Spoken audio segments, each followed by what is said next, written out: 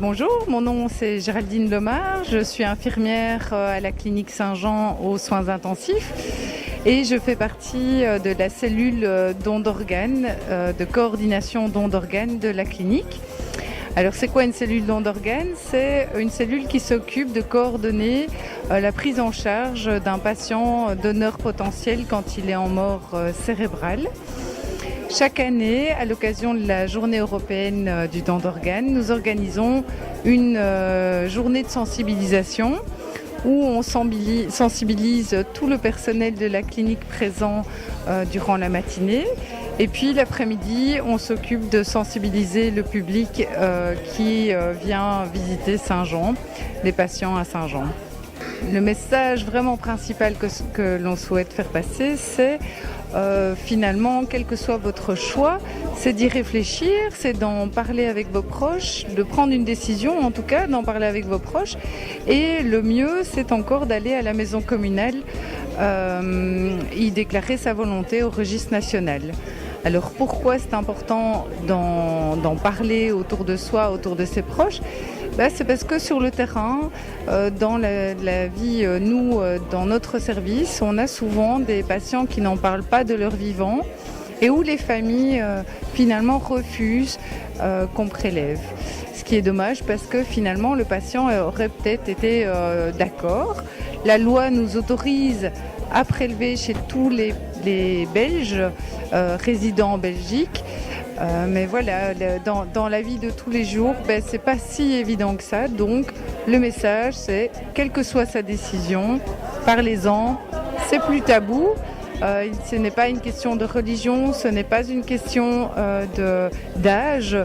Les donneurs deviennent de plus en plus âgés parce que les patients deviennent de plus en plus nombreux sur les listes d'attente.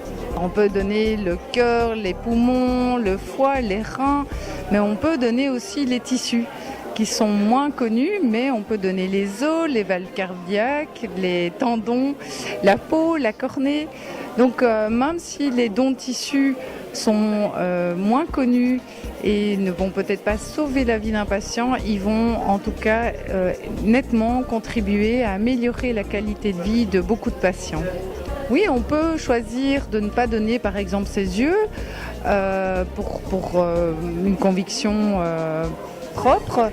La seule chose qu'il faut faire, c'est le dire à l'un de ses proches en lui disant simplement « Moi, je suis d'accord de tout donner, sauf par exemple mes yeux ». Oui, je suis le Dr Yachari, je suis chirurgien cardiaque à la clinique Saint-Jean et je suis responsable de la banque de valves cardiaques et de vaisseaux humains au site méridien de la clinique Saint-Jean.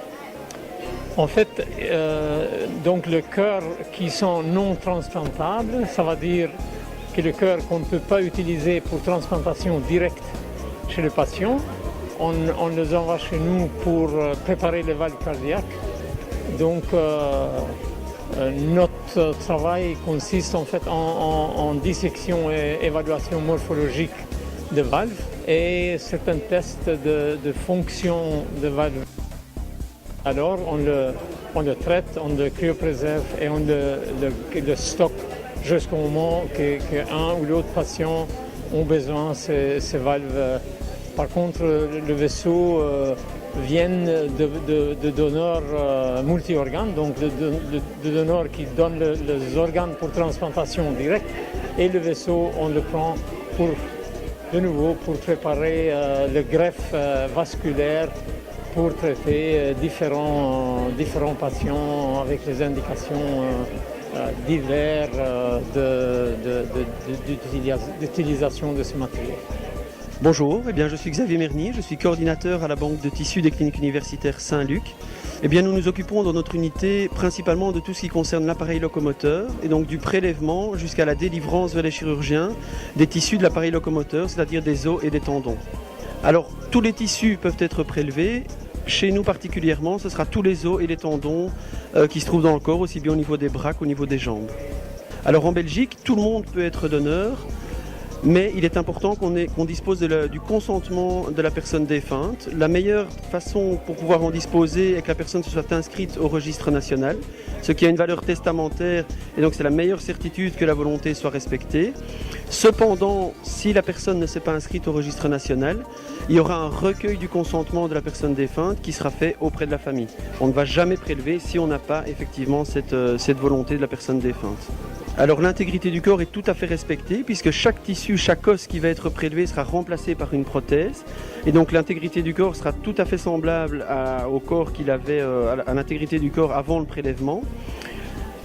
Alors le prélèvement se fait le plus vite possible après le décès et donc dans les heures qui vont suivre le décès, le corps pourra être restitué à la famille en fonction évidemment de l'activité du bloc opératoire, l'endroit où se fait les prélèvements de tissus.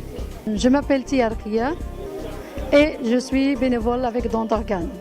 Aujourd'hui, je suis comme bénévole en fait. C'est vraiment de sensibiliser des gens musulmans comme nous et comme moi d'ailleurs à être plus, donc pour venir, d'être juste aujourd'hui c'est une information, c'est de donner des flyers et des folders pour des explications. Donc on explique qu'est-ce que c'est qu'un don d'organes et on explique comment et quoi et qu'est-ce qu'il faut et tout. Donc c'est une journée, voilà. En fait, ça fait 3 ans que je suis bénévole avec le don d'organes. Au début, c'était un peu difficile. Donc c'était un travail, comme on dit, c'était un tabou à la maison. Mais au fur et à mesure qu'on parle, et au fur et à mesure qu'ils voient, et on passe à la télé, et on a vraiment fait des informations, on donne des informations, on donne beaucoup de choses. Donc pour l'instant, il te dit oui, donnez-moi le flyer, je vais voir, je vais discuter avec la famille et peut-être je vais décider. Maintenant, la parole, elle est plus large dans la famille maghrébine qu'avant. Non, ce n'est pas une question de religion. En fait, le don d'organes, nous, on est tous donneurs en fait. C'est quelqu'un, il est malade, par exemple, chez moi, dans la famille, il a besoin d'un organe, donc il est obligé d'aller le chercher ailleurs. Et il n'y a pas de religion, donc il n'y a pas de religion là-dedans en fait. Mais ce que j'ai dû entendre de Imama, tout ce qu'il Omama et tout, ce qu'il dit, c'est qu'on peut donner les organes à l'intérieur, mais pas à l'extérieur. On ne peut pas donner aussi les génitaux, tout ce qui est organes génitaux, et on ne peut pas donner les yeux. À part tout ça, on peut donner tout ce que... Donc l'organe, il va aller à la morgue, donc il va aller enterrer à la terre, et c'est simplement, il va être mangé par les bêtes.